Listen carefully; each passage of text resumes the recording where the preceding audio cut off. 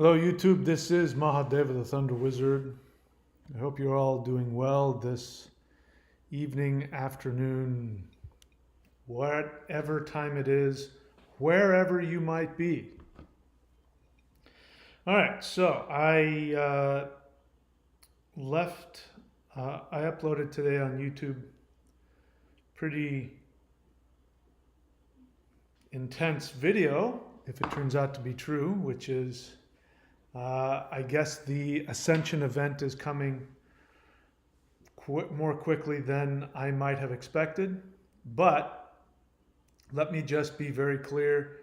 I am not claiming to know the future. I am not a psychic. I am not a prophet. I am simply sharing with you, as I always do, my process that I am going through. And recently I had a very intense lucid dream, which I believe came from my extra dimensional light being friends whom I've been working with for the past 2 or 3 months now. And it was a very intense dream that left me with the feeling, as I've already shared, that there was going to be possibly going to be some massive global event that was going to result in people initially believing that the second coming of Christ had come, which would then, I assume, very quickly become clear that it wasn't the second coming of Christ, that it was in fact something else that brought about this ascension event. So what's interesting about this is that when I uploaded it, again, it's, everybody's projections are just right there. And I'm a human being and I understand that, but, people either immediately respond with fear, they mishear what I say and interpret it in some way that has something to do with fear. And also people's religious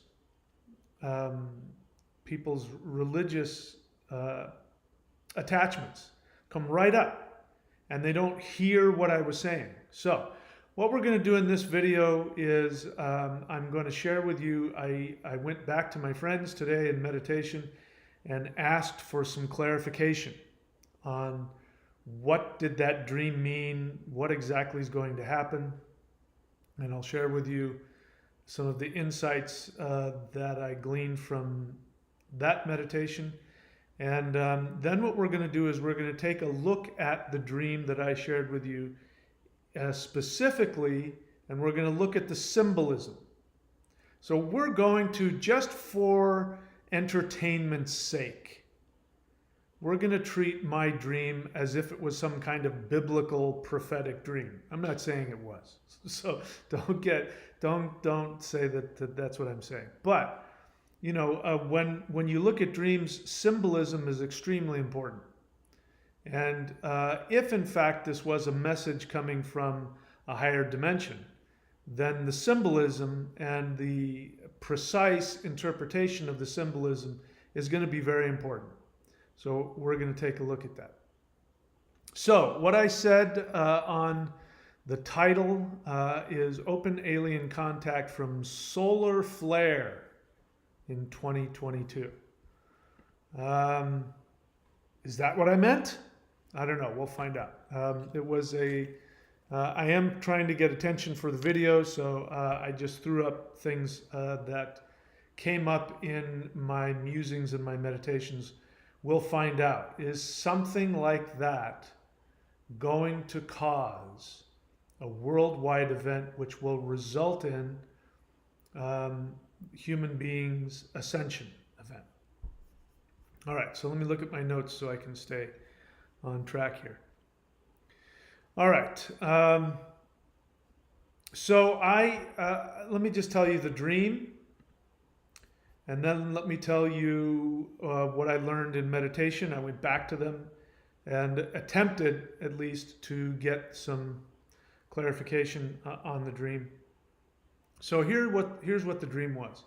I guess probably I should say the whole thing. So what happened when I went to bed last night was that I somehow stumbled on a technique to tap directly into, I don't know what dimension it was, but it was a much higher dimension than we live in.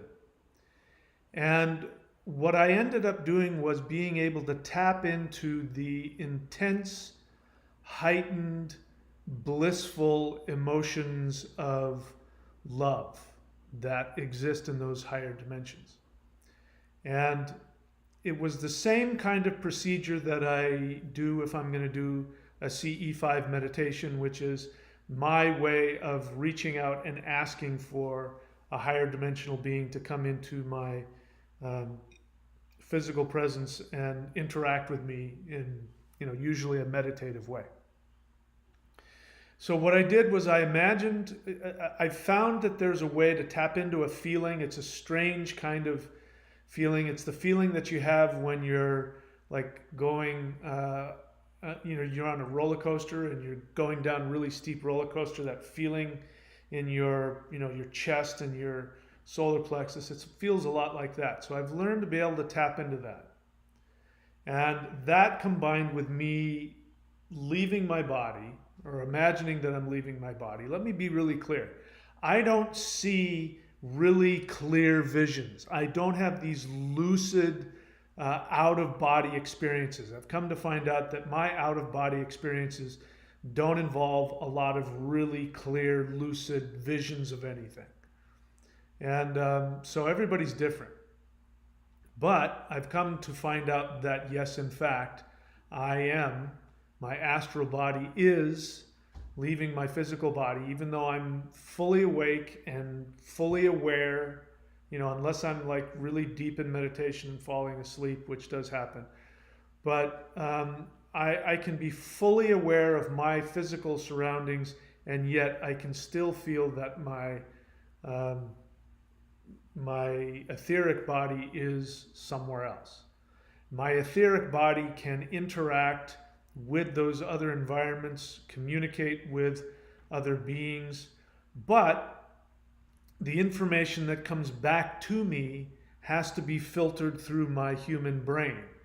And that ends up feeling like my own thoughts, which, can actually be my own thoughts. And I have to, after the fact, figure out, okay, what was my own, me making things up, and what was actually a message coming through that was filtered through my own brain. It's an interesting and rather confusing process, but I'm learning as I go.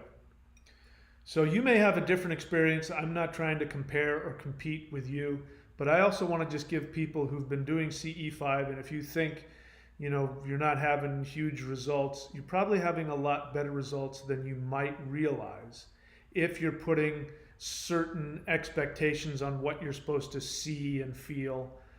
And I learned that early on when they would show up and take over my radio and things like that, when I thought I hadn't accomplished anything. So anyway, as I went to sleep, I stumbled on this procedure to go to a higher dimensional realm and allow myself to tap into the light field that's there, because that realm that I went to, what I imagine is that I go out of Earth's atmosphere, and then there's like this barrier of light, and I imagine myself going through that barrier of light, and then I'm in this dimension that is completely filled with light.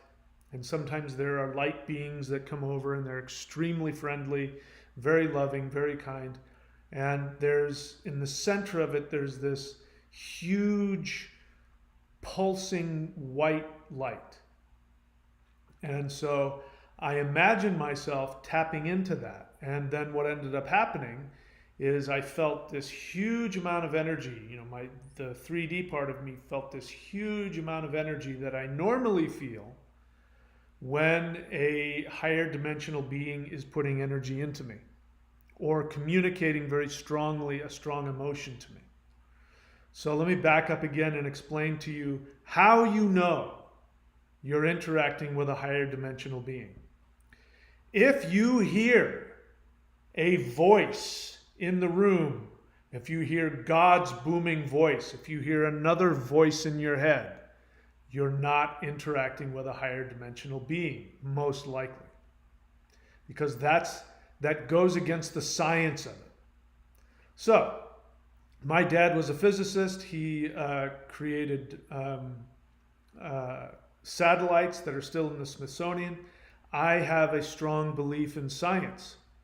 And so I like to go at this 5D shift thing from a scientific perspective. I like to go after this CE5 interacting with higher dimensional beings from a scientific perspective. And from a physics perspective, when a being from a higher dimension communicates to a being in a lower dimension, because there is a dimensional barrier there, the being in the lower dimension cannot see, cannot hear, cannot feel. They are completely clueless to any higher dimensional being. A higher dimensional being can walk right in front of you, walk right through you, stand right next to you, talk to you. You wouldn't see or hear or feel anything. Okay? That would be true if you tried to communicate with a two-dimensional being. If you're looking at their two-dimensional reality and you were trying to communicate to them, they would be clueless of your presence. So when you experience something in a 3D way, which means you hear a disembodied voice, or you hear a booming voice, or you hear somebody else's voice in your head, that is a very good sign. More than likely you are dealing with your own delusion, your own unconscious, or a 3D spirit, like a ghost, poltergeist, demon, another human being's telepathic thoughts. Something that's happening within 3D, you're going to hear it in 3D rules.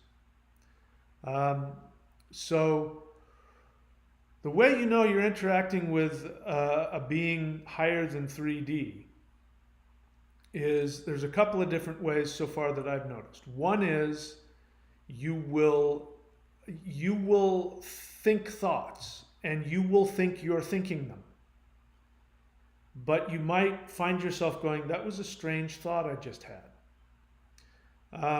You might come up with this really brilliant idea that is your thinking. It's not your voice in your head. It's literally your brain thinking.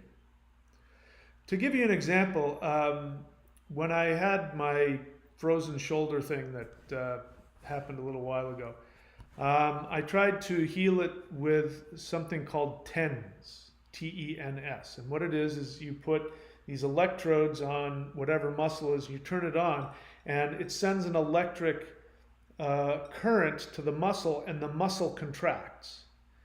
Now, when it happens, you do have this weird feeling that you're the one contracting it, but you're not. But unless you knew that you had pressed something that's going to send something to contract your muscles, the feeling you have is it feels like you are contracting your muscle. It's a strange experience. This is what happens when a higher dimensional being communicates a thought to you.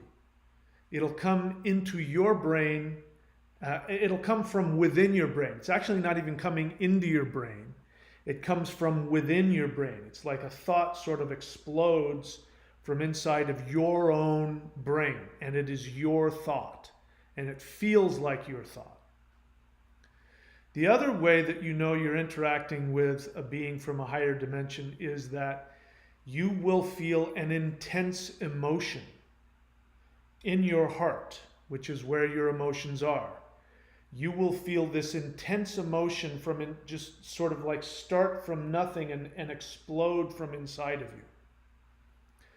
So I've been having back and forth interactions with these beings in these two ways. And the one coming through my own thought, my own brain pan, is kind of challenging because I can't really tell sometimes if it's my thought or their thought. I listen to it, I pay attention to it, but you can be sure that some of it is my own brain making stuff up as it goes. But the feelings are not coming from somewhere else. The feelings are not coming from my feelings. When it comes from them, there's a very specific vibration to it that is far more intense than a human emotional vibration. Sometimes they're very subtle about it because they know this. But if they really want to get an emotion across to you, you will feel this emotion start inside of your chest, and it will build and it will expand through your whole body. And you will become very aware that this did not come from you. So, this is important. Whenever you see extraterrestrial beings come into 3D space, the vast majority of the time you will see spheres. You will see orbs. That is what I'm talking about. Whenever a higher dimensional object comes into three-dimensional space, it will always start as an orb and it will expand out. It may disappear, it may appear, but lots of times you'll see them expanding and contracting. You'll see them morphing, but it's always in a circular shape. That's the difference between a spacecraft and a higher dimensional expression. The vast majority of the time that people do CE5, when they do human-initiated contact with extraterrestrials, what do you see? You see orbs of light. And that's what that is. Those are higher dimensional objects, beings, could be any and all of the above, making an impact in 3 dimensions. The other thing that's important to know is that if it's an external manifestation, it is going to be light. Because in higher dimensions, light is one of the abundant factors. All of our light, including the light that's coming through this lamp, is bleeding into the 3rd dimension from the 5th dimension. This is not coming from some psychic channeling that I went to. This is coming from physics. This is what the physics will say. And this is why I'm so grateful for that, because it is so strange. The experience is so strange and so different. If there weren't literally quantum physics explaining how things interact between dimensions, I wouldn't have any idea what the hell was going on. And all it does is it's a testament to the fact that these beings aren't, what we may think they are. We may want to put them in some spiritual category, like they're some kind of spirit. They are spirits, of course, but they're in a different dimension. And so the interaction is going to follow the laws of physics. And so far in my case, that has been the case.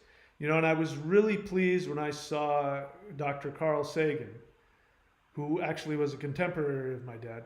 And he made a video about the 4th dimension. And he talked about what would happen to a 2-dimensional being if you, as a 3rd dimensional being, were successful in communicating a greeting to that 2-dimensional being. That 2-dimensional being in his 2-dimensional home, he thinks he's all alone. If you said, "Hello, 2-dimensional being," what he would experience was inside of him. This greeting, "Hello, 2-dimensional being," would come out of him. And he would think he was losing his mind. It would come from inside of him and fill the whole room, and he would think that he was nuts. And this is a guy who obviously didn't have any connection or experience with extraterrestrials. He was just talking from a physics perspective, and that was exactly my experience. When these beings communicated emotions to me, they were emotions that came from inside of my chest. They were of a completely different vibration. They weren't like anything that I'd ever experienced in 3D. And they literally just expanded from inside of me until it filled my whole body. And that's the feeling that you have. You know when you're in the presence of one because you'll feel this come from inside of you and go all around you. It's you know you're not dealing with something that, and you can open your eyes. You won't see anybody there because they're not in the third dimension. So this is going back to, I found some way to go to a higher dimension and give myself that experience, which was really cool. I was like, oh, I can do this myself. I can go to this dimension, tap into that light, and that same kind of feeling will come out of my own chest. I can do it to myself simply because I reached into whatever dimension that is. I don't even know what dimension that is yet. And so that's to give you some background on what happens next. So that's what I experienced that night when I went to bed, and I was very pleased with myself. I was really enjoying the feeling of all of that higher dimensional feeling of love just going through my body, and I went to sleep. And then in the morning, which is when I usually have my most intense dreams, in the morning, I dreamt that I was in the Himalayas. Now, the specifics are very important. We'll get into it, but first let me just tell you the dream.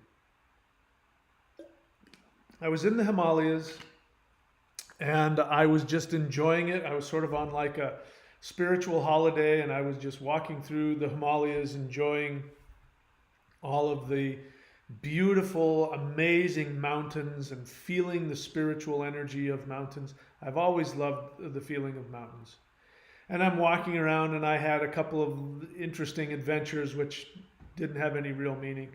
And then I came across a group of people, and they were looking at something, and I was like, oh, something's going on. So I sort of made my way into the crowd, and I looked through, and there were these traditional drummers, hand drummers, you know, like they had things that looked like congas, and they were and it was really cool, sort of tribal beat.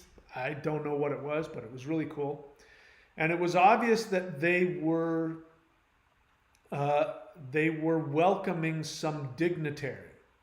So the feeling I got was that they were welcoming some tribal dignitary or some spiritual guru or something like that. I was expecting to see some Himalayan master of some kind, whether it's Tibetan Buddhism or whether it was some, you know, Nepalese, yeah, it was a Hindu, something like that. I didn't know what it was, but I was really enjoying it. And as I was looking around, waiting to see who was going to show up, I looked up in the sky, and this beautiful blue sky with all of these clouds, and there was these clouds, and they were encircling something shiny. And I got this intense feeling. Now, I've had that feeling a few times in dreams that have to do with aliens. Whenever I've had dreams, even going back decades, you know, the few times that I've had dreams about aliens coming to Earth or spaceships, extraterrestrials, there's this intense feeling that, again, is coming from another dimension. And it's this feeling of inevitability, and it's this feeling of tremendous spirituality, and also a feeling of things are about to go up to the next level. And it's overwhelming and exciting and frightening, and you know, all of those things all at the same time.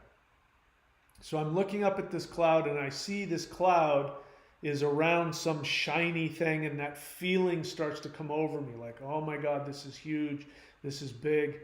And I whispered to the guy next to me, I didn't know who, I didn't even see him, I just whispered to somebody, I said, look at the clouds.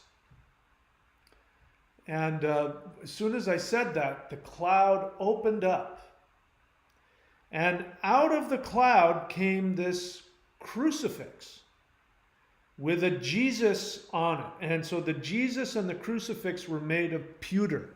This is pewter, you know, that really cheap metal that you can get costume jewelry with. That's why, you know, it looks like silver, and they, you know, like this, they sort of make it to look like it's, like it's aged and all that, but you can polish it up real nice and it has a real shiny silver lead look to it. That's what came out of the clouds, was this crucifix made out of pewter. It was very ornate, very polished, and there was like a half Jesus on it. So like from the navel up, that was coming out of the crucifix, and he was, on the crucifix there. And it was very ornate. It had all this ornate carving. It even had little clouds on it, like it was from, the Middle Ages. And anyway, it's just very ornate, but it was cheap. It was made of pewter. It wasn't made of silver or gold. It was made of pewter. And that was very obvious to me. And this thing comes out of the cloud, and I go, oh crap. The whole Jesus thing was real. This is the second coming of Jesus. And I was disappointed. I was like, oh, I spent so much time destroying that religion. I thought that religion was nonsense. Now, bear in mind, all of the details of the crucifix aren't, in my lucid dream brain aren't making sense. They do now, but they didn't then.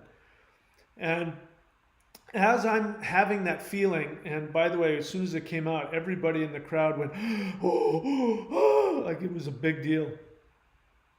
And then as soon as I was starting to get disappointed that the whole Jesus thing turned out to be real, at that point, the crucifix, which was just like this carved pewter, statuette, came alive.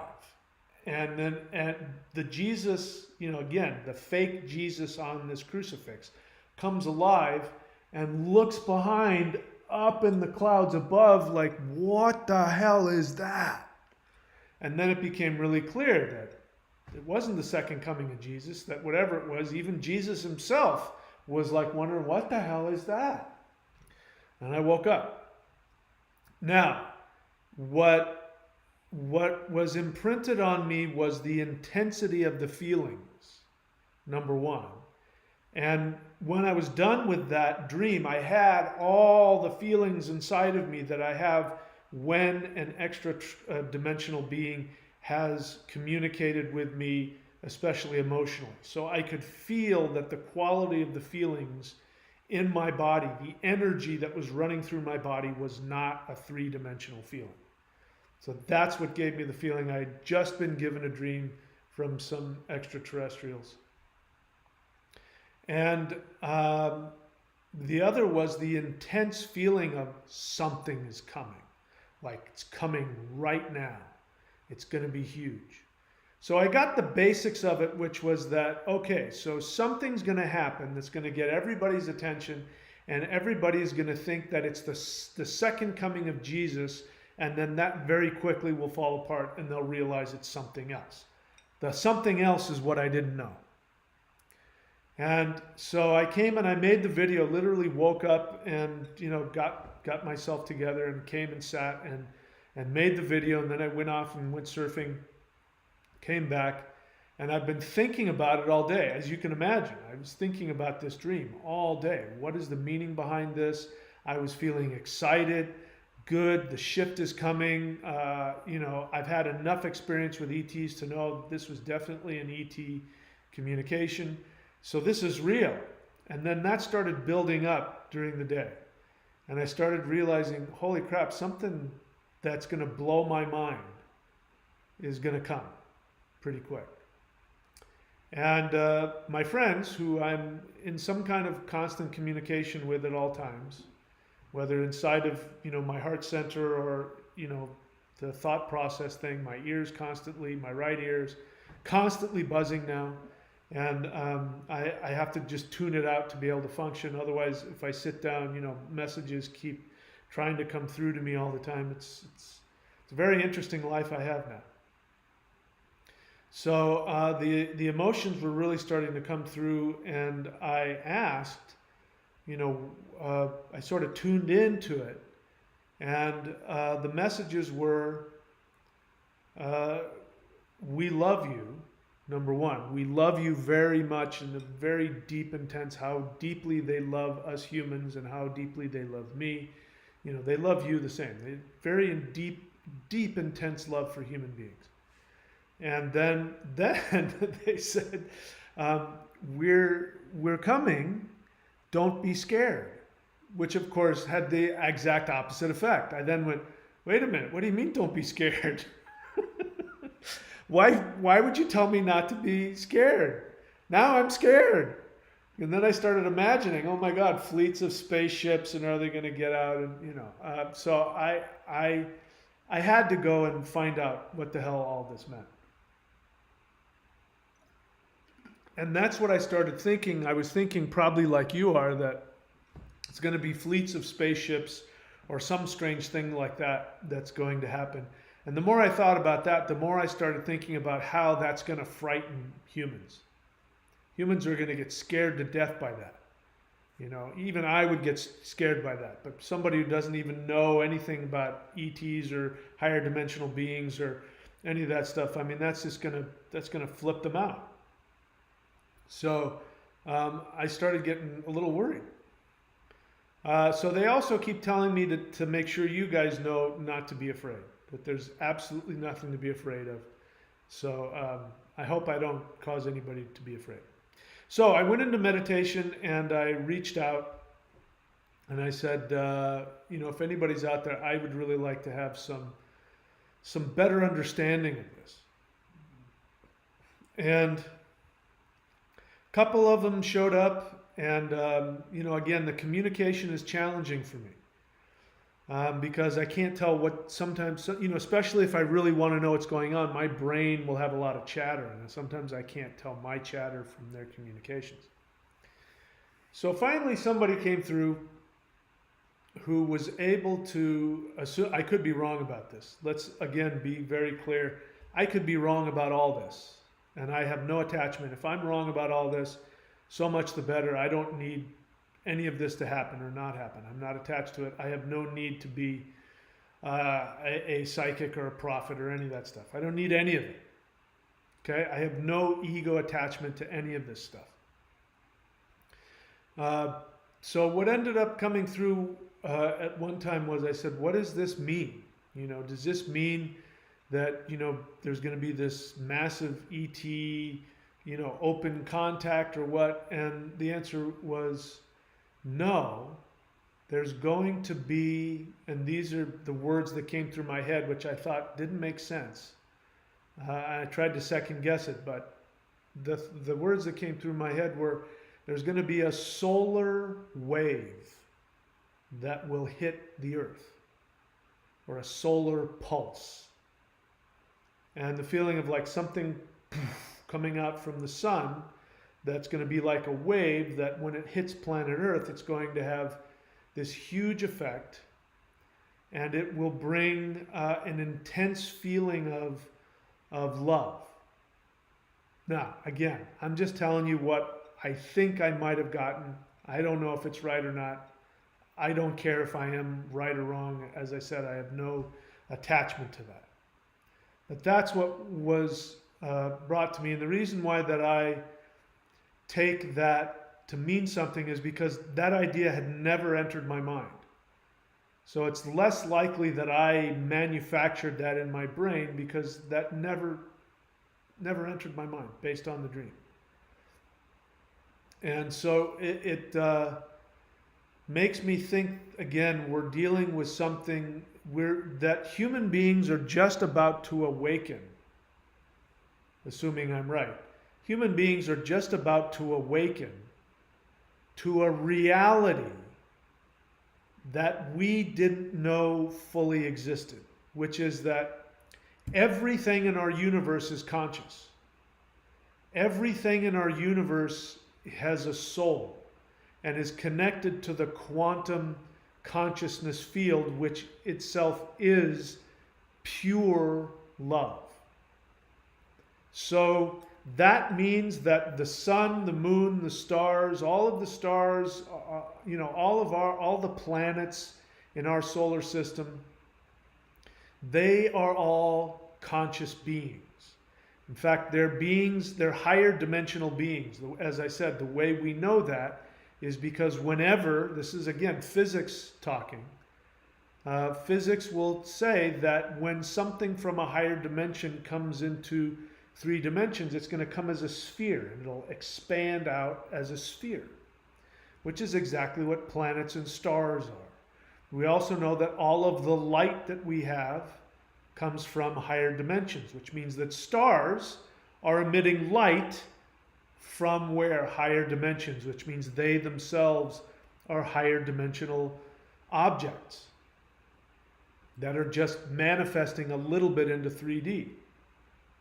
And they are conscious beings.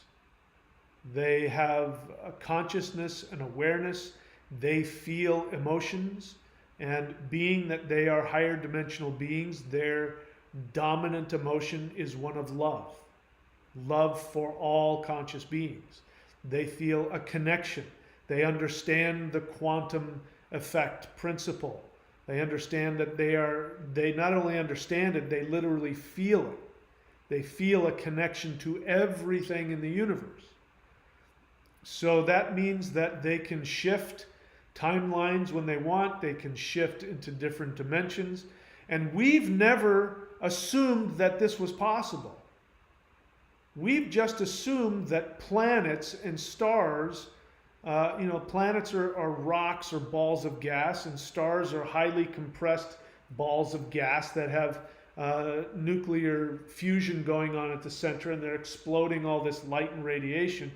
We don't see them for what they are, which they are conscious beings that can travel the universe. They can go through wormholes. They can be in multiple places at once, which explains why, as you know, the Earth used to be in the outskirts of the Milky Way Galaxy in the Sagittarius arm. I know that. I'd learned that my whole life, high school, college, watching Neil deGrasse Tyson. That's been very clear. And now all of a sudden, it turns out that the Earth is not in the Sagittarius arm. It's in the Orion arm, approximately twice as close to the center of the galaxy. On the other side of the galaxy, no less. And so unless you understand that these stars and planets, solar systems, galaxies are living beings that are higher dimensional beings that can shift into other places in the 3-dimensional universe at whenever they feel like it, if you don't understand that, then it's going to be weird. If you do understand that, then it's not weird any more than it is for me to decide to get up and walk across the room. I can move wherever I want inside 3-dimensional space. That's not weird. So when you understand that, then it means that what this being may have said to me, maybe I'm wrong, that the event is going to be as a result of a solar pulse, some kind of a pulse or some kind of a wave that comes from the sun, I guess, because the word was solar, so I guess it meant our sun. I tried to correct it. I said, do you mean a galactic pulse? Because I'm following my assumption, the center of the galaxy is where God is, etc., etc. I didn't get a response. These beings tend to not repeat themselves. So if I don't hear it the first time or interpret it right the first time, they tend not to repeat themselves. So I definitely, what came through my mind was, I said, is this going to be some kind of mass ET, contact experience? And the answer was no, it's going to be a solar wave that will hit the Earth. And then I said, I asked for more information, and I could be wrong about this too, but it was like the pulse is going to have within it a highly concentrated feeling of love that will hit everybody on the earth at the same time, and there will be this intense experience and everybody will share it together. And the first response will be, Jesus is coming. And so people will start scrambling around waiting for Jesus to come. The effects of the wave will still have an effect on them, and then people will start to, their minds will start to open up. They'll start to drop the religious superstition, and they'll start to open up to the reality of what our universe really is. I have no idea how long this will take, and again, I don't even know if it's true or not. I'm just sharing with you what I believe I experienced as a result of this communication. So now what I want to do is I want to look at the symbolism of the dream. And this I'm doing in direct response to a lot of people's response to my earlier video. Again, it's frustrating for me, human beings are human beings. Human beings, myself included, tend to project on everything. They respond and react out of their own attachments, out of their own fears, out of their own, beliefs. And people rarely pay attention. One guy wrote something about, an alien invasion, and it was obvious he hadn't even bothered to watch the video. He just looked at the title and then, this is what I mean. So people operate, they respond out of their fear, they respond out of their attachment, they respond out of their belief system. And I want to make it clear, I'm doing my best not to have a belief system about any of this. Because what I've found out recently is that, even this, a lot of what I thought about the universe to be true has turned out not to be true. And the more that you try and hold on to your belief when some opposing reality keeps crashing into it, you're going to go nuts. So I don't want to go nuts. So I'm not attaching any belief to any of it. If the overwhelming evidence was that, Jesus is going to come, I would believe it. I might not like it, but I would believe it. So I want to go through this as in response to people's just barfing up their attachment and their, to all of this, and it's going to reveal all that. I even asked for when it was going to happen, and I got an answer, but I don't feel comfortable sharing it because I have no idea if it's true, and I don't want anybody hanging on to that. Maybe I should. If I get the feeling that I should, I will. But for now, I'm going to keep that guess to myself. All right. So here's the meaning of the dream. So I was walking around in the Himalayas. Now, again, we're talking energy science here. So when you have a large granite mountain range, which the Himalayas are granite mountain ranges.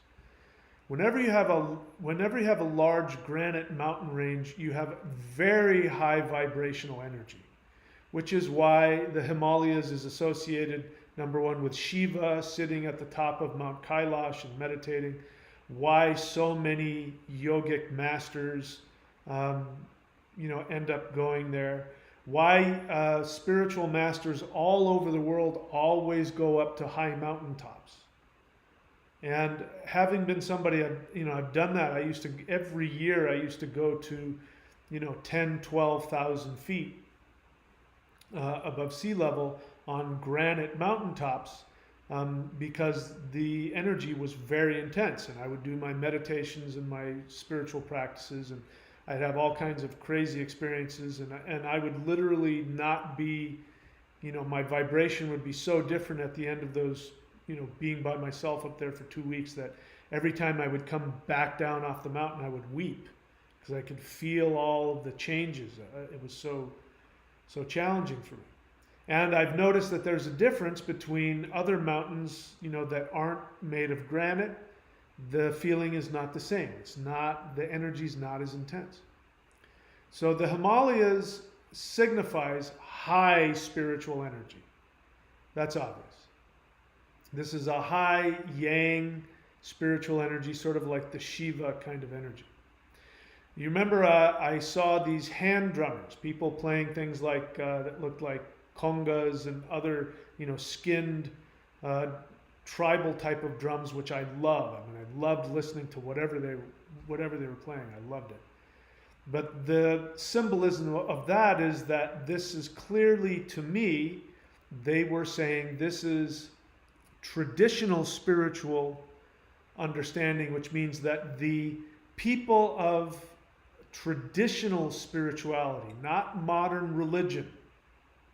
So this means like the Vedics, the shamans, like the West Africans, my ancestors, the Norse, the people who held on to the original beliefs, Native Americans, all of that, this was the symbolism of these seemingly tribal people playing hand drums. That was very specific. It meant that these are the people who know what is coming. And this goes along with the video I made recently about the Mayas, who actually predicted that our Earth was going to shift, that it was going to go through the center of the galaxy and come out the other side. They predicted it. People didn't understand it. Everybody was looking at the 2012 Mayan prophecy, and they weren't understanding it, and they weren't taking it literally. But the Mayans meant it literally. It meant December 21st, 2012, the Earth and the Sun are going to go through a black hole in the center of the galaxy and come out the other side, and that would be the beginning of a new world, which is exactly what's happened. It's been since 2012, to my estimation, that the majority of the Mandela effects have happened. It's been since 2012 that things have really gone screwy, that the elites have gone overboard, trying to create all of this chaos and nonsense. So 2012 really was the end. It was in 2012 that the Looking Glass Project whistleblowers said that when they tried to look beyond 2012, all they saw was an ascension event, and that whatever the elites did after 2012 only hastened this massive ascension event, which may be what we are about to experience. I don't say that, again, I'm not a prophet. I say it tentatively. It frightens me and it feels weird when I say it, but I'm just sharing with you what I experienced, and I'm happy if that turns out to be wrong. But everybody seems to have been pointing towards this. We just didn't completely understand it. So those hand drummers in the dream represented traditional spirituality, earth-based spirituality, before all of this this monotheist nonsense of Christianity, Judaism, Islam, all of that, all the three big nonsense, most destructive religions in history. Before that, the dream is saying that the people who are heralding this are going to be traditional, energy-based, shamanic type of people. That's the meaning behind that. So the crucifix in the clouds. So let's be clear. I didn't have a dream that Jesus came out of the clouds. I had a dream that a crucifix came out of the clouds. So a crucifix is a symbol. It's an intense religious symbol. It would be one thing if Jesus came out of the clouds. This would be a whole different dream. Jesus coming out of the clouds and then Jesus being surprised, I don't know what that would mean. That'd be a whole different dream. That's not what I saw. It was not only a crucifix. It wasn't a cross with like an idol of a person nailed to it. It was a cross with some person coming out of the cross, just the top half of his body. And it was made of the same material. It was made of pewter. So first and foremost, just the fact that it was a crucifix means this is a religious symbol. And I'm directly responding to people who are responding to me saying that they think Jesus was an alien. And oh, your dream means that Jesus was an alien. That's not what that means at all. That's your thing. You know, a lot of people want to make a distinction between the words Christ and Christos as if that means something. So let me tell you from somebody who knows language. I studied language, Greek, which is Christos is a Greek word. Classical Greek. It's the same word. So you can call, instead of saying, oh, it's not Jesus Christ, it's the Christos. There's no such thing. Somebody wrote something about the character of Jesus that was based on a... That's all nonsense. None of that is true. And the reason I point that out is because people have such an intense desire to create a savior. Even when they know the Bible is nonsense, even if they know the New Testament is nonsense, they need to have this savior. They will do anything. They will do whatever mental gymnastics they are. They'll find some other, sect of Christianity like Gnosticism and say, no, the real Christ it's not Christ, it's the Christos. It's all this gobbledygook. It means nothing. So you can watch my videos like Odin says Jesus was a coward, and you can read the book and you can find out why that religion was created by the elites to control you, to fill you with guilt and shame, and to control you and to control your body, to control your money, to control your mind. That religion was created for that. So it doesn't surprise me at all that in this dream, what comes out of the clouds is half of a religious symbol. And on top of it, it's not even anything of any value. It's just costume jewelry. It's made out of pewter. It's the cheapest metal you can get. That's why costume jewelry is so inexpensive. I mean, these things that they look cool, but they're incredibly cheap. $5 for this. It's incredibly cheap. So you can polish it up all you want and make it look shiny. It'll never look like silver. It'll always look like cheap pewter. It'll always look like cheap costume jewelry. And so this crucifix was a very extreme costume jewelry effect. So when I look at it now and I see that, there's nothing about this dream had nothing to do with Jesus. Because Jesus never existed. You don't believe me? That's okay.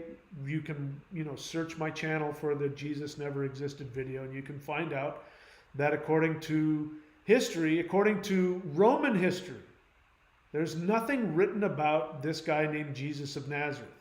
There's a few talkings about guys who happen to have the name Jesus, but Jesus, Yeshua, at that time was as common as in Mexico, people being called Jesus. It was an extremely common name. So it doesn't mean anything. So there's zero evidence for this guy ever having existed. And why is that important? Because this represents the dogma of religion. And so it's very clear to me that if this is a real dream, the significance of that is this is costume jewelry. It doesn't have any real substance.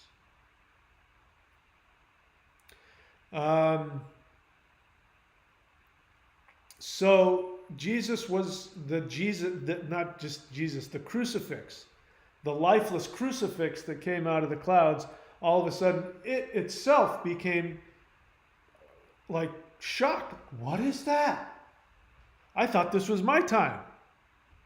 And this, of course, represents the mindset of the people who are going to project their religious views.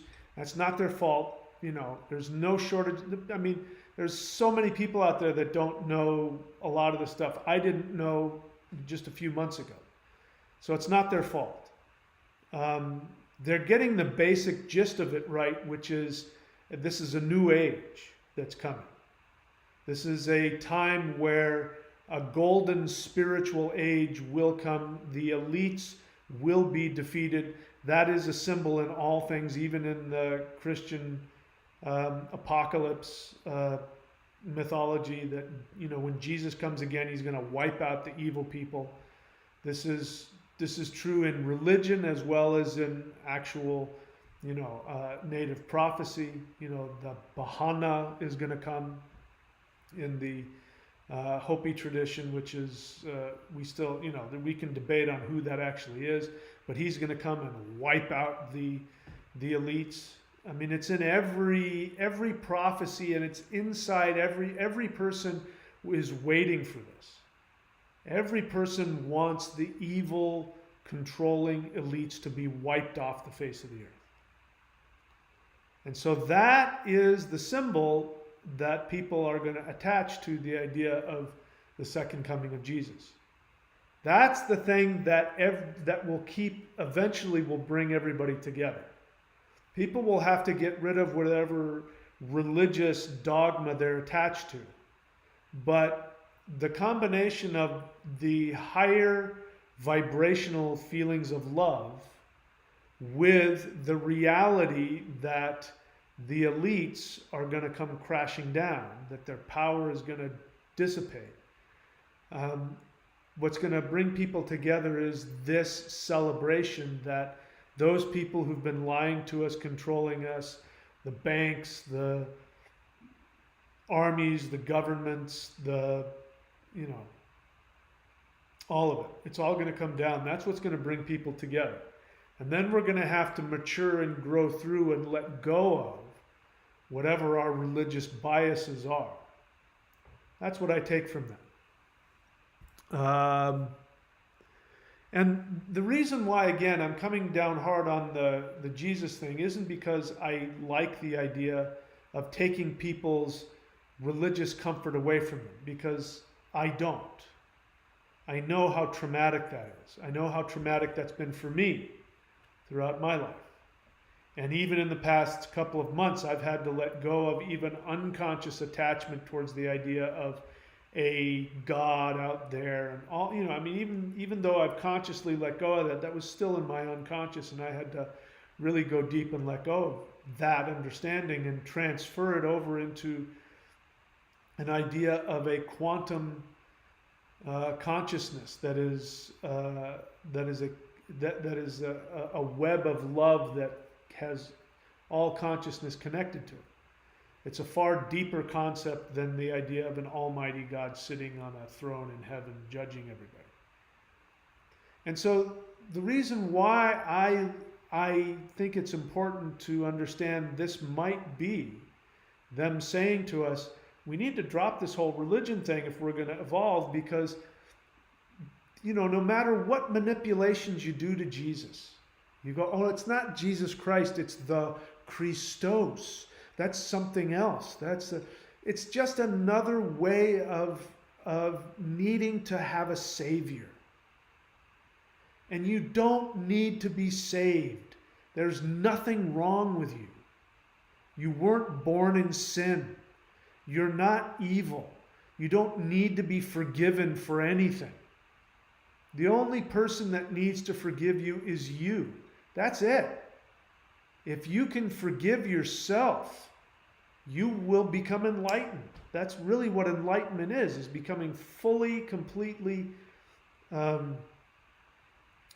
individuated, where you are self-empowered within yourself.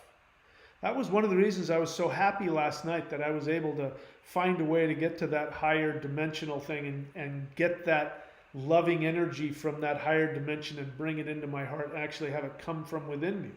because I'm already there. My soul is already there. The fact that I was able to pull that off made me feel really good, because I knew the significance of that meant I'm one step closer to true individuation.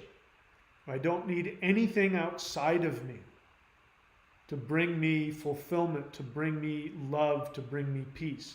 This is the message of all spiritual teachings. Even the distorted Christian teaching that says the kingdom of God is within you. They then, go completely against that in, the following verses right after that. But we know this, we feel this, and our ancestors knew this. The Vedics knew it. All spiritual paths that have an unbroken connection to prehistory, before all this religion nonsense came up, we all knew that we were connected. Our soul from our heart was connected to the most infinite part of reality. And that was the goal of all spirituality, was to find yourself within yourself. I think this is a good time to really think about the whole idea. Do you have an attachment to the idea of wanting to be saved? Does it bother you when I say to you, there is no Jesus, Jesus never existed. There is no Savior, there is no Christ, there's no Christos. Does that bother you? Do you feel like I'm taking away your lifeline to spirituality? Do you think I'm taking away your lifeline to God's love? Well, if you feel that way, first off, it's understandable. I've certainly had no shortage of those feelings. But it means that you've been taught to believe that you aren't enough, that you aren't worthy of infinite love, that your value comes from something outside of you. In other words, unless God says he loves you, you don't have any worth. So you need a savior. I mean, how horrible is that? You need to have somebody save you from God hating you. Because that's what that means. If you have an attachment to the Christos or to Jesus, whether it's the Gnostic Jesus or the Catholic Jesus, you're still looking for somebody to save you and to tell you that you're valuable. In the fundamentalist Christian tradition and the Catholic Christian tradition, literally, in order for God the Father to tolerate your presence, he has to take the blood of his innocent son that he slaughtered for no reason because he was so angry at you. He has to take that blood and wipe it all over you so that when he looks at you, he sees the blood of the innocent person he just killed in order to slake his own hatred towards you. That's what the whole necessity for Jesus means. It means you hate yourself. And no matter how you dance around that, no matter how you change the religion, no matter how you cherry pick the verses and change Christ to Christos, no, it's Gnostic, no, you're still wrestling with the fact that you hate yourself. And you want somebody else to make you valuable. And that can't happen. The reason why it can't happen is because you are already the most perfect being in existence, simply because you have consciousness and you exist. Okay, so you're wrapped up in some human limitations, but that's part of the three-dimensional Maya, the three-dimensional illusion. And once you release that and you end up in the higher dimensions, all of that stuff goes away. There's no such thing as an evil person in the higher dimensions. They don't exist. So whatever, your fear of beings higher than you, if you have fear of these beings, that's a projection. It means that you're afraid of yourself. It means you don't trust yourself. And so you project that onto other beings. And if you're willing to let go of that and love yourself completely and totally without reservation, then you will see that all conscious beings, especially the higher you go in dimensional reality, the more trustworthy they are, the more beautiful they are, the more loving they are. I mean, I could give you stories of some things that's happened over the past few weeks. I'll save them for other videos, but you know, it's time to grow up. It's time for us to wake up and grow up. So, as I said, I'm not a psychic, I'm not a prophet. I have no idea if any of these things are going to come true or not. I'm perfectly fine if they don't. I'm just sharing with you my process. I'm happy to take any questions. This is a question and answer, which means if you have a question, you write the word question. If you don't have a question and you have a feeling, you can write feeling. I know, I can already tell people can't resist. They have to dump their opinions. And more than likely what's going to happen is I'm going to psychoanalyze you. So if you don't want me to do that, if you don't want me to humiliate you in front of the world, I would recommend only ask an honest question, which means I don't know the answer, maybe you do, or share an honest feeling. That's the safest way to make it onto my channel. All right, Vincent.thunderwizard.com says hello. He is one of my Vedic astrologer certificate holders. You can check him out at his website. He's got a bunch of other stuff you can see there in the chat. Vincent.thunderwizard.com. You can also just go to astrology.thunderwizard.com and you can see all the other astrologers that are there. Thundra is also one of my astrologers, and her website is thundra.thunderwizard.com. Again, she's got a bunch of other stuff herself that she shares. All right, what else? She's got Spirit Lounge as one of my certified rune readers. I have not put up her page yet, but I will. My apologies for that. You got to give me a couple days. I'll get that put together. My apologies. Truth Nut. If you need to write the word question because you have a question, please do. What is that? You've just wrote down Himalayas two different ways. Maybe you don't understand the pronunciation. So this is a time for me to be pedantic. Most people say Himalayas.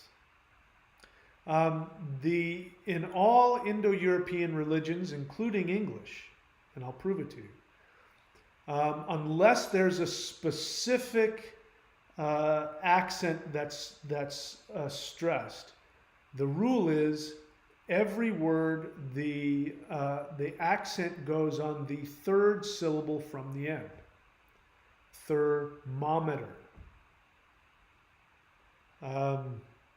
Vocabulary. Himalayas. So it looks to me like you didn't quite understand my pronunciation. I am pronouncing it the way they are technically pronounced in the Sanskrit and in any language. This is one of the things, this is how you know that British people have changed the way that they pronounce the English language. You may not realize it, but I'm actually right now speaking in what would have been standard British accent of the 1600s. If you go back in time to 1600, the accent of the standard British person will be exactly the way I'm speaking now. And you'll see that because British people change the pronunciation and they've changed where they put the accent. They're actually speaking English incorrectly. You wouldn't think so. So every time you see a movie that goes back to the 1600s, and you see like an American and a British, and they have a British person talking like this in the 1600s, it never existed. There wasn't a British person that ever talked like this in 1600. It only happened because in the 1700s, it became the thing to do to completely change the way you speak, because they wanted to differentiate themselves from the barbarian Americans. And there was a lot of people who were coming into money and they wanted to speak as though, and so that whole stiff upper lip came from literally doing this and throwing everything to the front of the mouth, you see. So that when you talk as though, if you notice a lot of British people, they talk like this with their lips pursed like that, you say. because that's what happened. It's something that happened in the 1700s. So that's why it's pronounced Himalayas, not Himalayas. Jedi Black Knight question, are you willing to share the technique you stumbled upon that helped you enter a higher dimension? I thought I did. Please feel free to rewind and watch again. Jedi Black Knight, don't overthink it.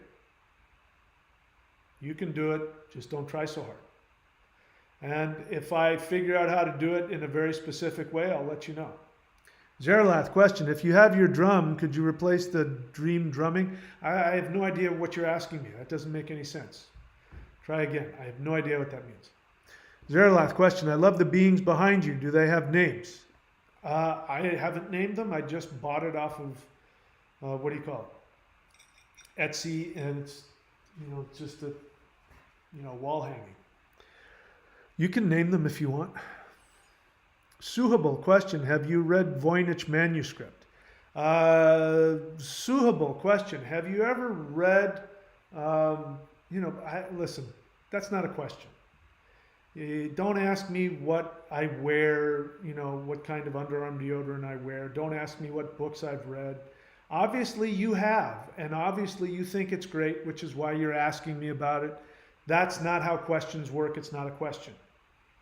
That you're looking for information, and what you really want to do is ask me a question, which is, I need to know the answer to something. I want to know if you have it. So try again. Welcome to the channel.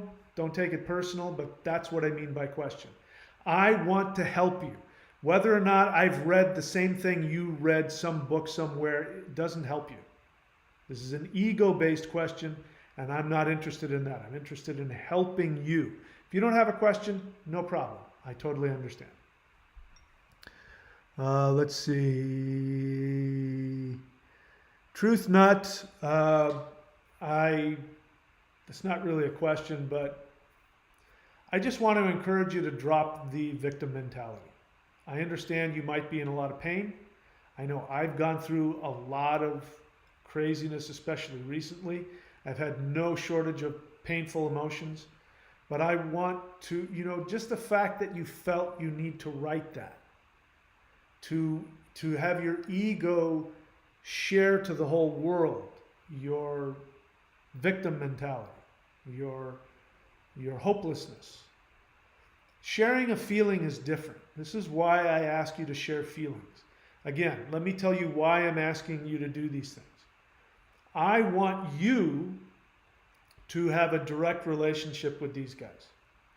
Because they're in a higher dimension, and because there's a dimensional barrier, there are things that will prevent you from being able to interact with them. One of them is anything that comes out of your ego. I am monitoring myself as I'm doing this, and I'm bumping into my own ego, and I can feel the connection lessen when I'm in my ego. So I try to get myself back into my vulnerable, transparent, emotional connection with myself, because that's when my connection with them increases. So if you want to have a connection with them, the first thing to do is to have honest questions. You wouldn't ask these beings, hey, have you read Tom Sawyer? You wouldn't ask them some crazy question like that, because it's a meaningless ego, informational, intellectual question. It doesn't mean anything. You would ask them something that had an emotional impact for you. The other thing is, when you state something as a fact, you're stating an opinion which locks you down, and it locks you into 3D. It's okay to have opinions. I have opinions. I'm sharing opinions. But when I'm interacting with them, I'm not telling them my opinion, because I don't have the first clue what the hell's going on in comparison to what they experience. They see far more than I ever can. I'm not going to waste my time trying to give them an opinion. So I share my feelings.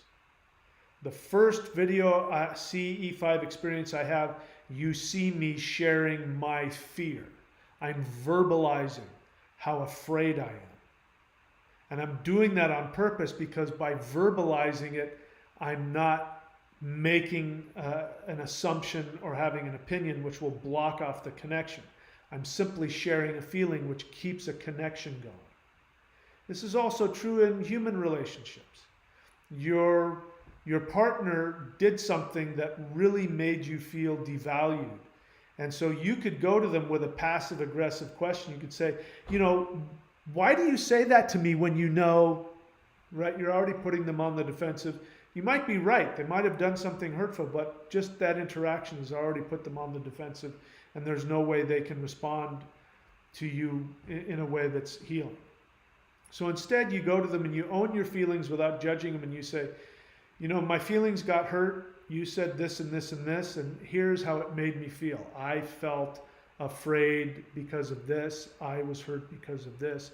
And then your partner has the ability to take a hold of your feelings and take care of you and either help you understand why it wasn't about you, or they can acknowledge you, right, I would have felt the same way. That was a mean thing to do. My apologies. I'm teaching these things to you. This is my experience, the most valuable way to get through life. Have honest questions that are associated with your feelings. Share your feelings from a transparent point of view. Don't attack. Don't throw your opinions around. It doesn't accomplish anything. You want to teach? Go ahead and teach. That's different. Just throw your opinions around then all you want.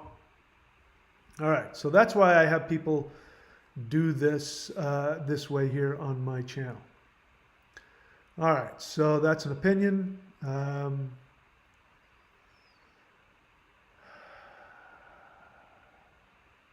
So Truth Nut, you've now attacked somebody. You've now come from throwing out your victim mentality, and now you have thrown a judgment on somebody else. So we don't do that on my channel. So we're going to say goodbye to you, Truth Nut. No abuse here. You turned around, and you know what you said. You turned around and attacked and judged somebody else just for being who they were, and so I don't tolerate that on my channel, so I'm going to block you. So let's all say goodbye to Truth Nut. Okay. OU7S4N3, again, your opinions are welcome on your own channel. I don't know that I need that. Jedi Black Knight question, based on what you said, did Moses, if he existed, he didn't. Did Moses actually hear the voice of some evil spirit at Mount Sinai? So first, Moses never existed also.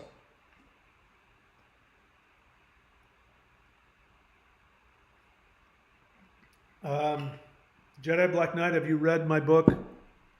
Odin Says Jesus Was a Coward. If you haven't and you're interested in that, go ahead and read that. Or you can watch me read it. I read it on my channel if you want to go look for it on my channel. But what ended up happening is that the Jews, before 385 BC, I think it was, they were, as you know, they were polytheists. They worshipped Baal. They worshipped all of those gods that later in the Old Testament they say are, you know, evil demons. They worshipped all those because those were their gods. Everybody in every home had an altar to sky, father, earth, mother, you know, had all the, you know, all of these polytheist gods that everybody else worshipped in that area. And in 385 BC, as you know, the Babylonians came down to Israel and said, why the hell aren't you guys paying your taxes? And they said, screw you, we're not paying taxes anymore. The God of our country, Jehovah, says we don't have to, so we're not going to. And they said, oh, really? And they went to the temple of Jehovah and they flattened it and they put out the flame to Jehovah. They gathered up all the priests and all of the elites and took them in chains, took them to Babylon. And while they were in captivity, they wrote what you now know as the Old Testament. And so all of the story in there of Moses and Joshua and the children of Israel breaking from the slavery in Egypt, none of that happened. There were no Jewish slaves in Egypt. In fact, the Egypt archaeological records are very clear. The people who supposedly built the pyramids were paid workers. There were no slaves. There was no Jewish remnant that was there that came out that wandered the desert.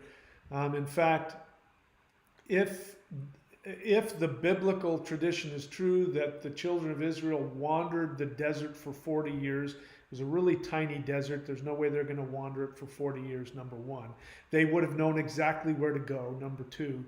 But the third one is there would have been something like millions of people, men, women, and children, which meant that they would have left massive archaeological evidence, and there is zero archaeological evidence. It never happened. Moses never existed. Moses was created. Jesus was created. Moses was created to create a jingoistic symbol for Israeli political dominance in the region. That's why they attacked all the other gods and all the other religions. That's what all of that was about. The monotheist Jehovah is the one and only God was made up. So to answer your question, Moses didn't exist, so Moses didn't hear any voice. It was all made up. What else? Joelle says she won't forget the Vedic reading I gave to her. I'm glad that you enjoyed that. Somebody coming here wanting to talk about Jesus as Yeshua, it doesn't mean anything. All you're doing is you're taking two different pronunciations. The Jewish pronunciation is Yeshua. The Latin pronunciation is Jesus, Jesus. It's meaningless. It doesn't mean anything. It's not that it's allegorical. There's a difference. It's really important we understand this. I've talked about this a lot. And again, I want to attack the neo-Christian, pseudo-Christian, spiritual Christian, neo-Gnostic need to recreate a better, more appealing Jesus. Oh, the Jesus that they talked about. Oh no, that was made up of the real Jesus. It still all comes back to the need to have a savior. Even if you don't believe in hell, there's no way to have the Jesus figure not be associated with sin and forgiveness of sin. It's not possible.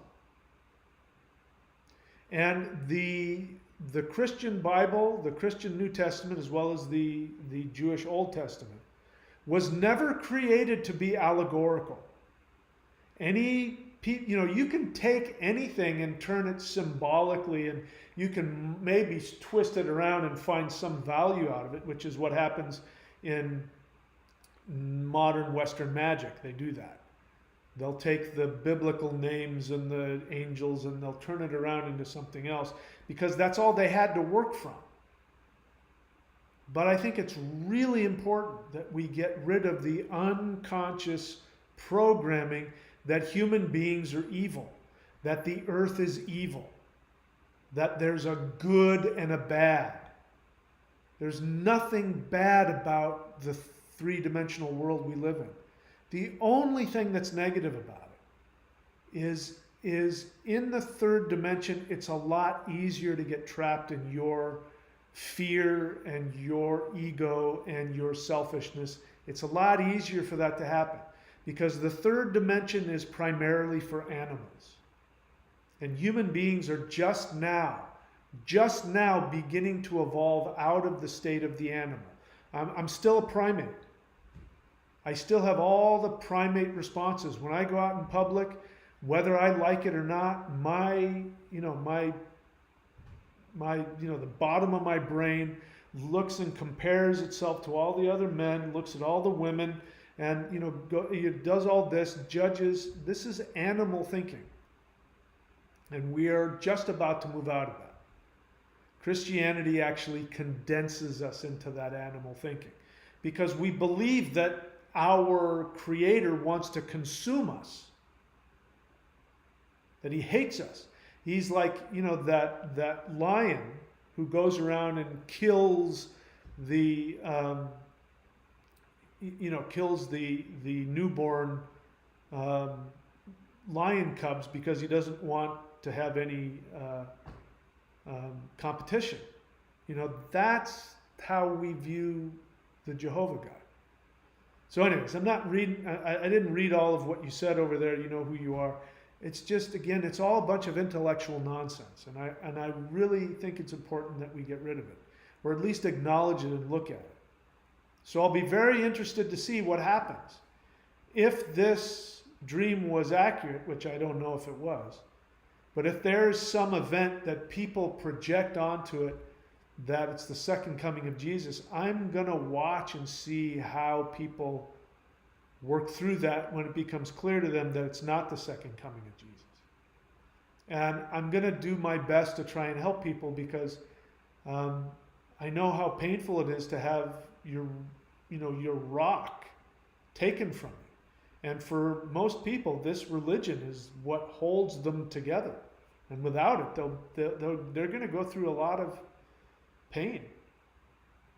Unless the feeling of love is so intense that it doesn't bother them. But I imagine there's going to be a lot of people who will, have to really go through a pretty big shift. And the sad part about that is that I do believe that the monotheist religions, Christianity, Judaism, Islam, I do believe that these weren't meant to happen. I believe that our dharma as humans did not include that. When you look at, for instance, Western Europe, if Western Europe had not become Christian, if Western Europe had stayed pagan polytheist, what would have happened is that the worship of Odin, for example, the Odin had just come into awareness of people just before the whole, Roman conquest and the Christian thing that happened in Europe. People had just started worshiping this god called Odin, Woden. He who is filled with shamanic bliss. That's another name for Woden, Odin. And what would have happened is that, instead of him being a war god, which people still call him a war god, they don't really understand what that means. But what would have happened is that he would have become, as he is, he died to himself on the tree of knowledge. He would have been a god of self-transformation, of finding the divinity within. And Europe would have become a completely different place. And it would have been very similar to the Vedic religion because they're very similar. They're almost identical in some ways. But when you see how the Vedic religion evolved into Hindu spirituality, and in that you find a lot of people, a lot of yogis, a lot of self-transformation, a lot of people, focusing on the power within, all of that, which we now call Eastern religion, but it's not Eastern religion. It's the traditional religion of all Indo-European people. And it's sad. The reason why I'm saying it's sad is because this shift that we are now in was, had been set into the fabric of space-time probably billions of years ago. And so we were supposed to evolve along lines where by the time this had come, we would be ready for it. And so we would have been this society that was, we'd probably be technologically far beyond what we are now. There would be no war. There would be, there would be no poverty. There wouldn't be any of the garbage that's going on now, which has been a result of the elites keeping us down and controlling us and keeping us like animals, scratching for our existence. We would have been in a completely different place, and we would have been ready for this next step. Would have been a natural evolution for us. It's not now. It's going to be a huge shift. And this is why I believe the elves, the ascended masters, who really now are showing who they really are, You know, the elves, the guardian angels, the ascended masters are actually souls that are in higher dimensions, and they're having to come in and have a direct connection with us. They're working overtime. For those that want to connect with them, they will connect with you. You will go through probably a huge reality shift. It might be frightening, it might be confusing. Everybody's different. I was scared to death the first time I interacted with them. I mean, I'd never been that afraid in my life. And just to give you a heads up, Sasquatch, you know, if we go back a few million years, you're going to find the descendants of Sasquatch and the descendants of humans were both walking around on Earth at the same time. The difference is that the beings that evolved into Sasquatch actually became more meditative, and they learned to shift into higher dimensions, which is why nobody will ever find a Sasquatch body. You know, that'll never happen. They're on a different dimensional level. They come in and out of our dimension. And that's where we could have gone if we had chosen to. So I don't know what caused me to talk about that, but anyway. Email from my phone. Why would I do that? I don't want your phone. Let's see, what else?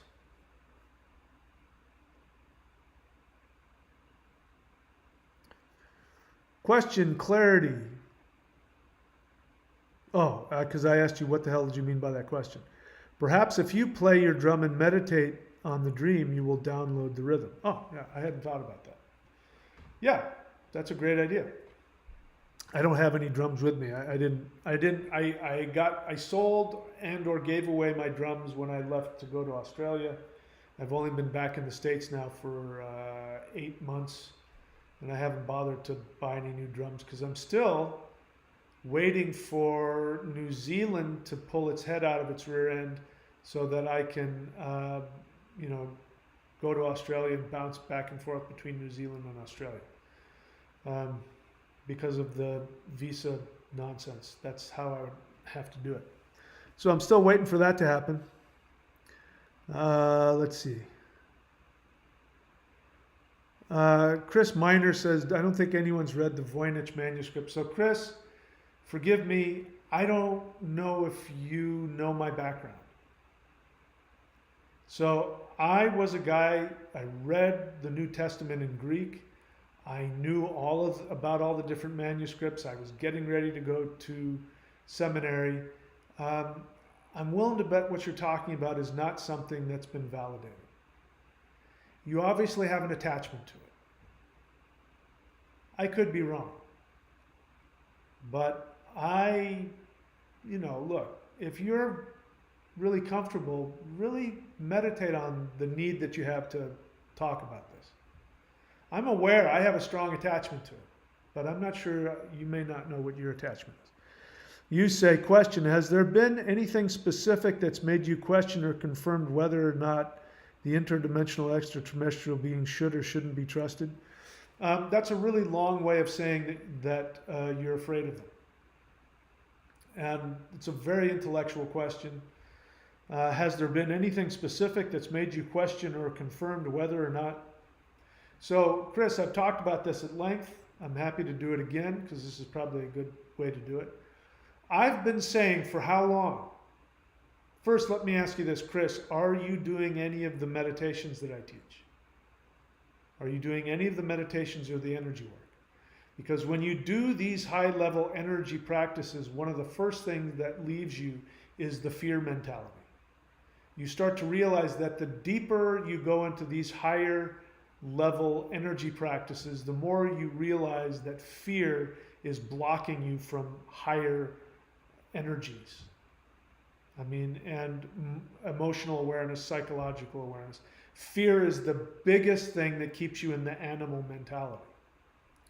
So now I understand why the things you say bother me. Because I'm sensing that there's that fear in there. There's a victim mentality in there that's annoying me. And that's why I'm finding the need to sort of attack the things that you say and the comments that you leave. That question isn't really an honest question because you're not being transparent with your feelings, which are of fear. You're afraid of them. You're afraid of higher dimensional extraterrestrial beings. So to answer your question, having done high-level energy work, again, I haven't found anything that comes close to the energy levels of the stuff I've been teaching. But because of that, I know that it's impossible for a being on a higher dimension to be untrustworthy. It's impossible to be at 4th or 5th dimension and be predatory. It's impossible, what people are so afraid of, the New Age, again, I think what you're bringing up, I'm going to guess you have an association with the Gnostic understanding, which is a very victim mentality form of Christianity. It says that there's this lower level of earth, and then there's this higher level, and in between there's this, what do they call that? I keep forgetting the name of that.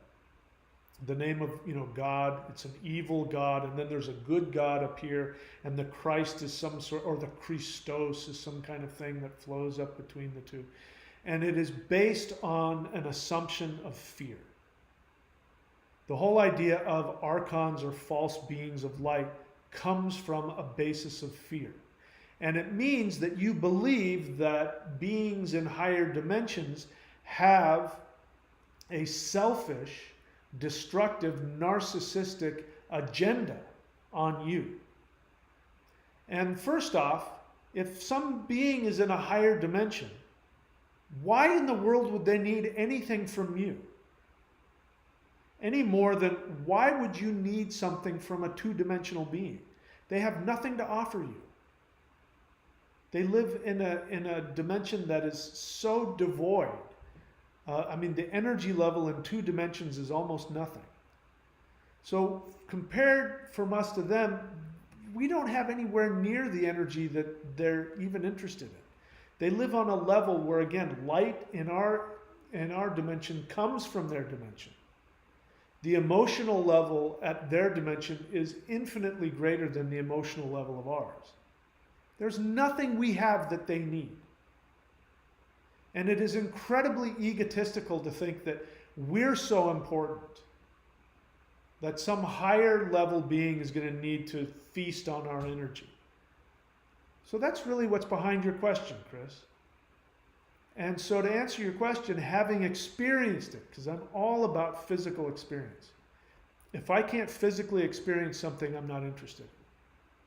Having physically experienced the higher level energies that can be achieved in 3D, and having experienced the kind of energy they have, there's no possible way that a narcissistic, predatory, untrustworthy being is going to be anywhere other than 3-dimensional or lower.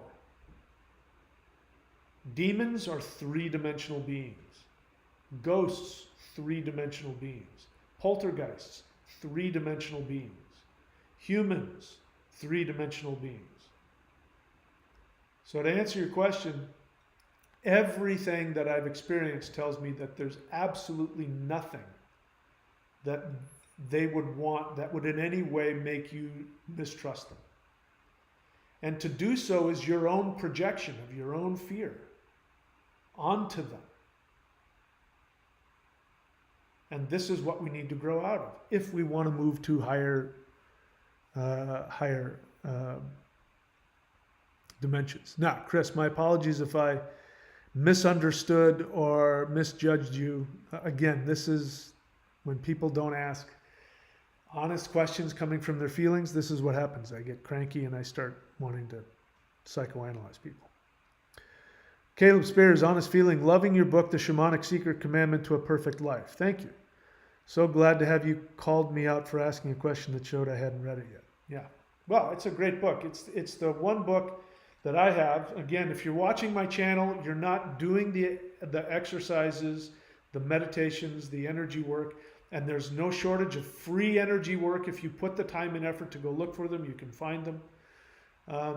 If you're not doing that, you're not getting the benefit of this channel. It's all talk if you're not doing the work.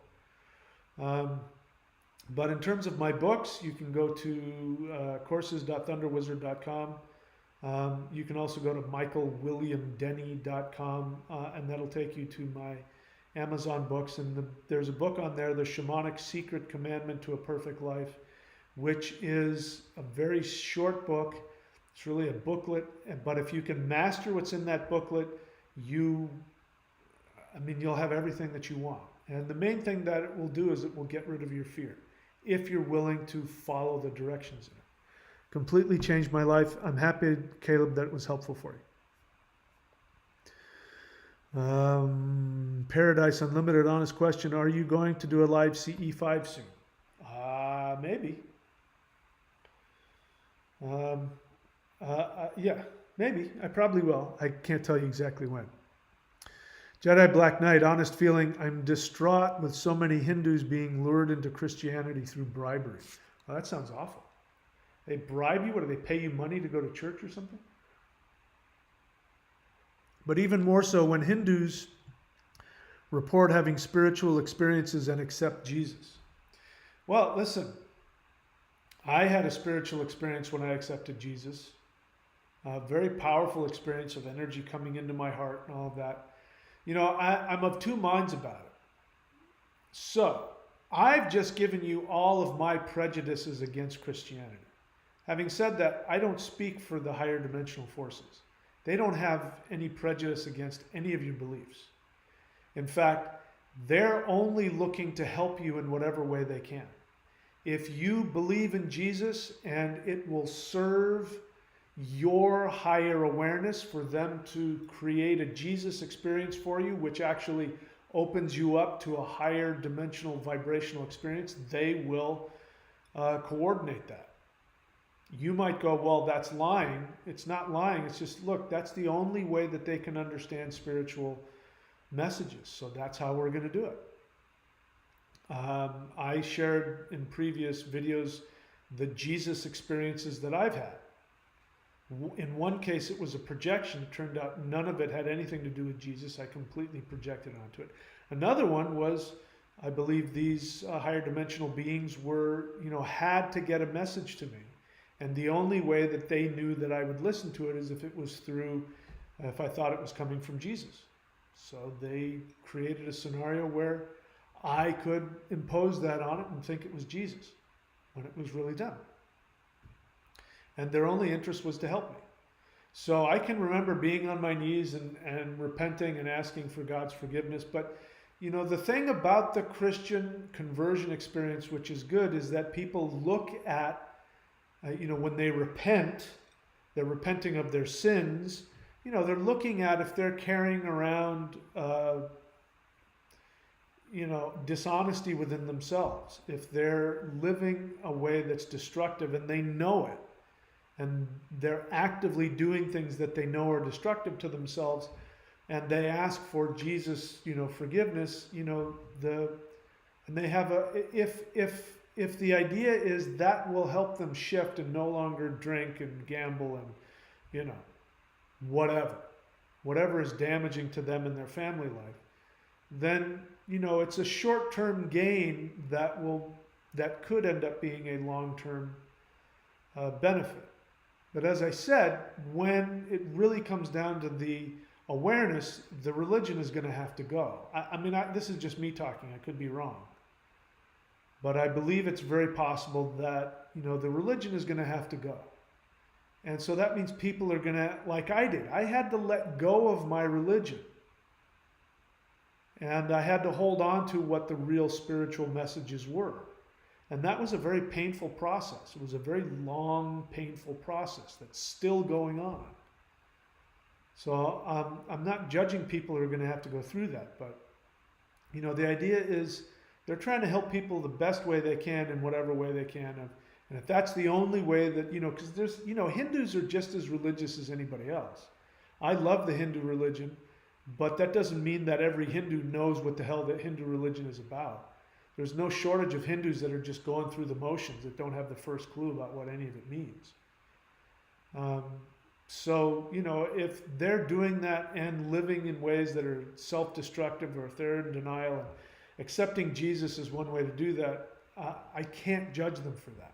Having said that, I totally understand your feeling, and it saddens me that they're not able to find that through their own religion, which is actually a, you know, an evolution of a, you know, an original religion that goes back into prehistory. So anyway, you didn't ask for my feedback, but there it is anyway.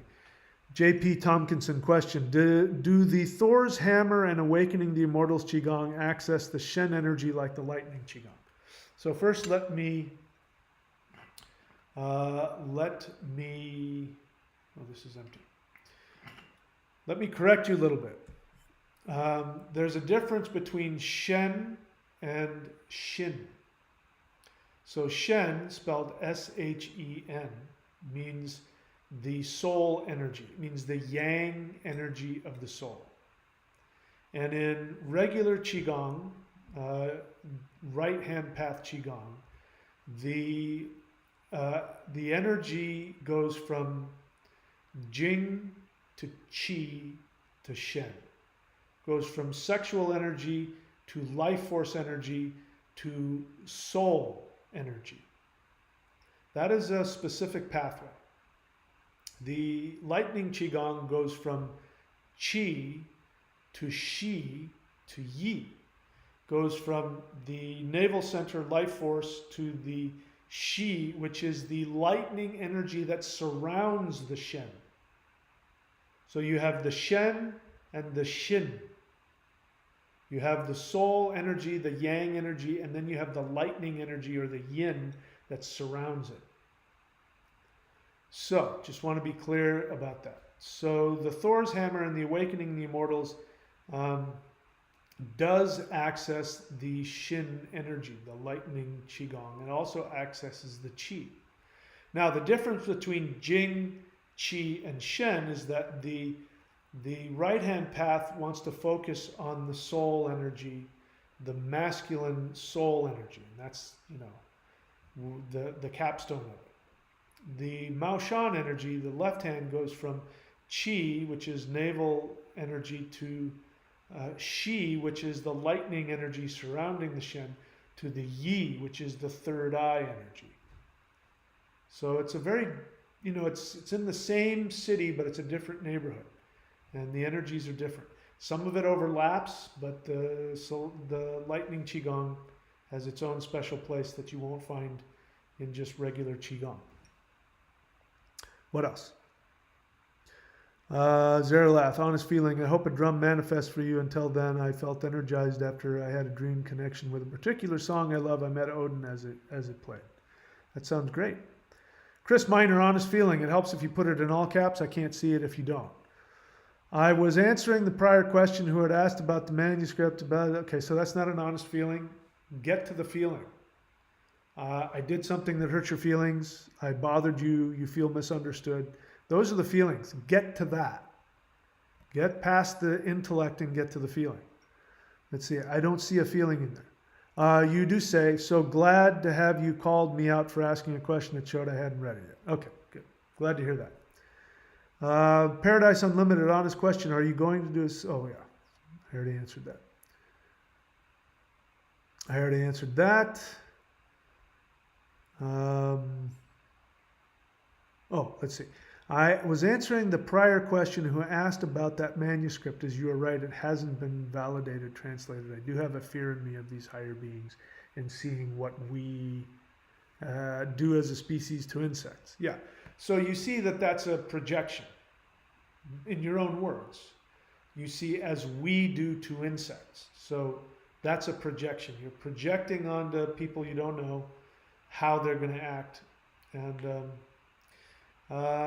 yeah, so what we get to do, I mean, if you want to, you know, I mean, I can't prove any of this to anybody. You can just, you know, the thing about trust is an action. There's no such thing as trust comes when somebody's proven it to you. Nobody can ever prove themselves to you. You just have to trust them. It's an action. There's always the possibility that your trust could be rejected or misplaced. This is love. You know, when people say, when I can know that she'll never hurt me, well, then that's never going to happen. Anybody can always, in 3D, always hurt you. So it is a stretch. I am saying that you have to trust something you can't see and can't experience, and that can be frightening. When you look back, if you haven't watched it already, watch the CE5 I did, the first one that really cracked me open, where I was really scared. And you can hear me saying, as I'm blinking back the tears, I'm afraid, I'm really scared, I'm really scared. And I did that on purpose because I was making the choice. I was making the choice to interact with a being and to trust that being and to trust myself with a being that was obviously far more powerful than I am. And I wanted to face my fear and move past it and see where it went, because a life, you know, lived in fear is a worthless life.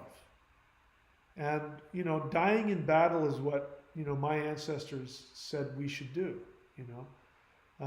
Those who die in battle go to Valhalla. So if I had given my life, you know, I suffered physically from that experience because it frightened me so much it was so challenging for me intellectually to comprehend what had happened, because it was so impossible that it hurt me physically.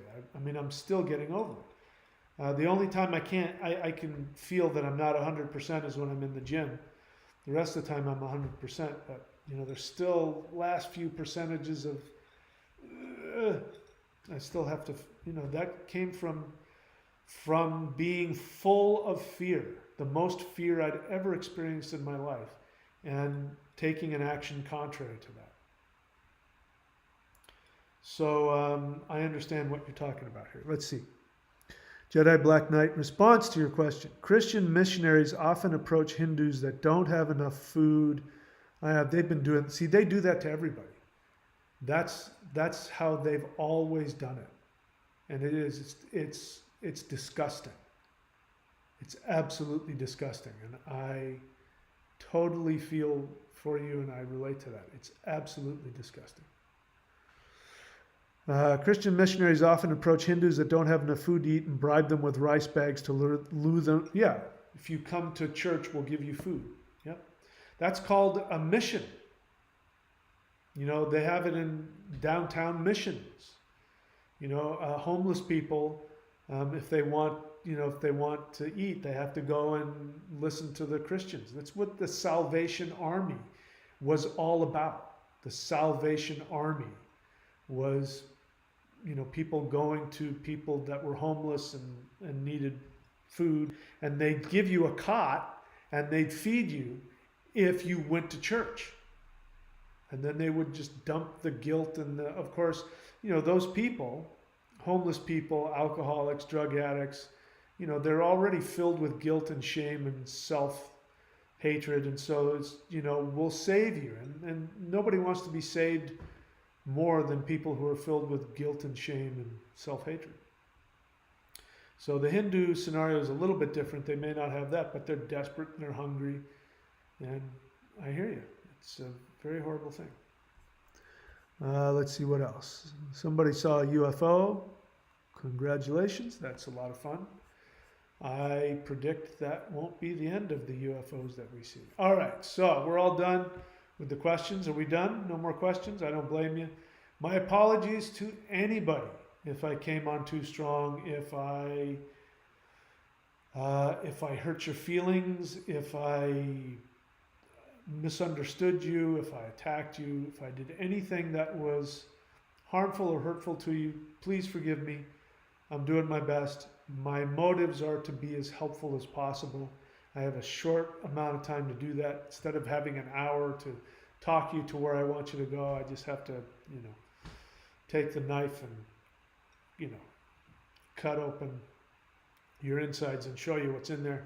And sometimes I make mistakes. A lot of times I don't read things all the way through, and sometimes I misjudge people. So if I did that to anybody, my deepest apologies. My desire is to be as helpful as possible.